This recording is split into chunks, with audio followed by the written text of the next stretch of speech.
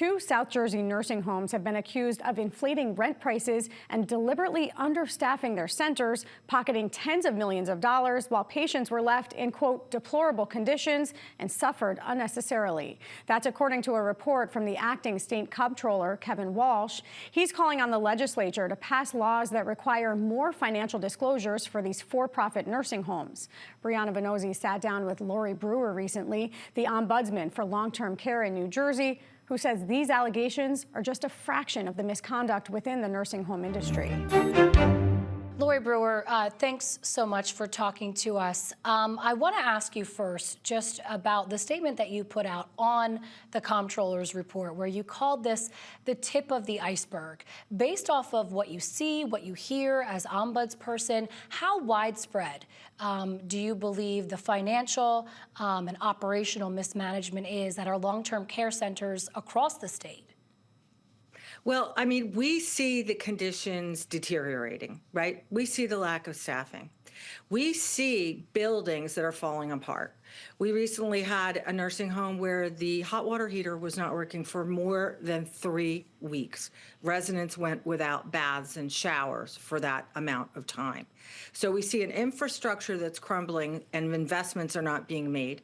And investments are not being made in staffing. And so we see more problems. We see more suffering. We see more neglect. And when staff is overworked and underpaid, you may see more abuse cases. And the reason why I say this is scratching the surface is because the comptroller's office and the Medicaid fraud division have really distinguished themselves in that they came to the people in the long-term care business like me, the advocates, and they said, what's happening there? And we talked about it.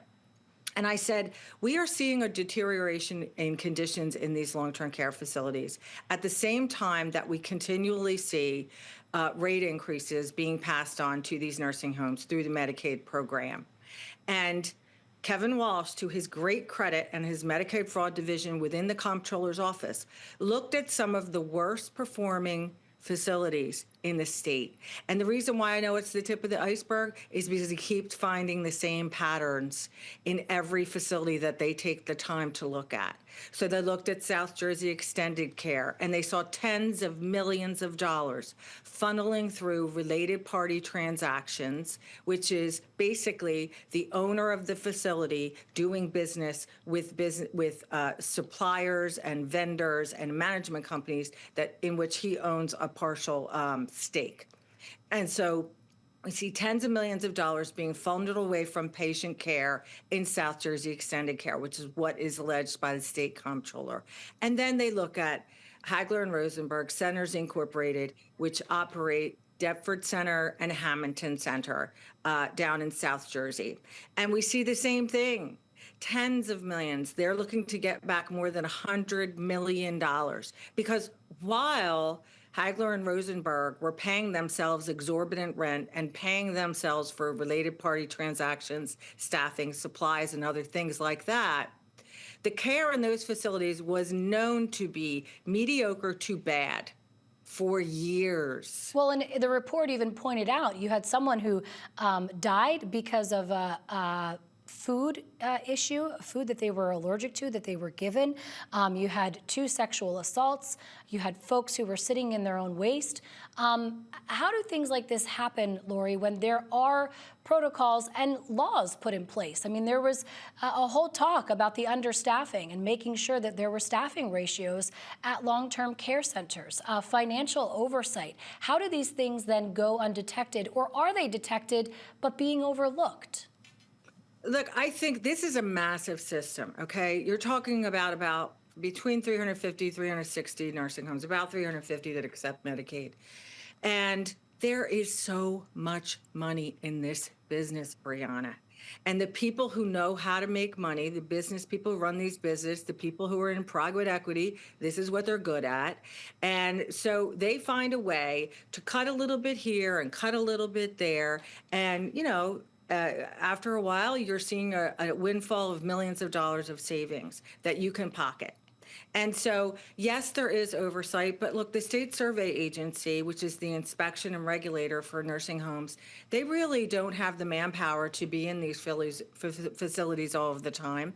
They go in for annual inspections and they respond to complaints. But I would argue, as I did in the press conference with the comptroller, that the state regulatory framework and the staffing that we have is really not up to the task of really ensuring good quality in these nursing homes. They need more resources. So does the Department of Human Services and Medicaid, and so does the Medicaid Fraud Division.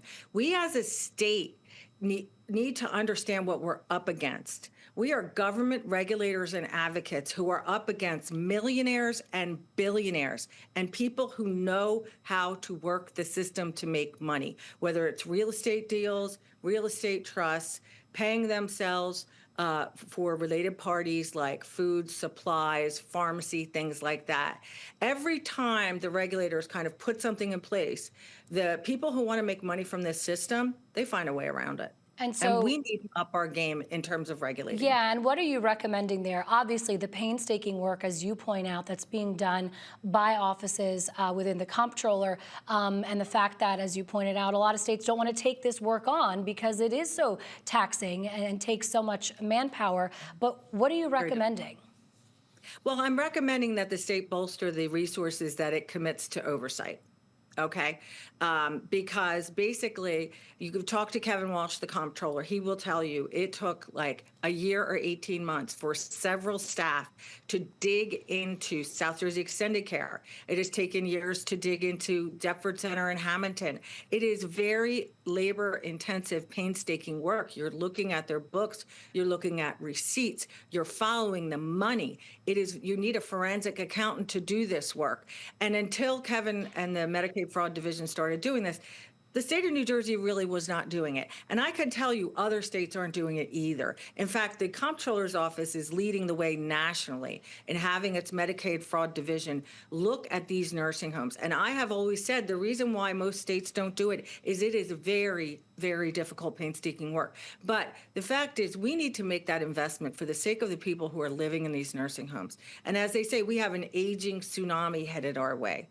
Unfortunately, I don't think we're going to see the population in nursing homes going down, even though it would be my preference that we put more people in, allow more people to live in the community, right, than have to go into nursing homes. But that's another subject. We can talk about it another time, Brianna. But that's really where our resources need to be. We need to regulate better, and we need to expand home and community-based options so people don't have to go in these places to begin with.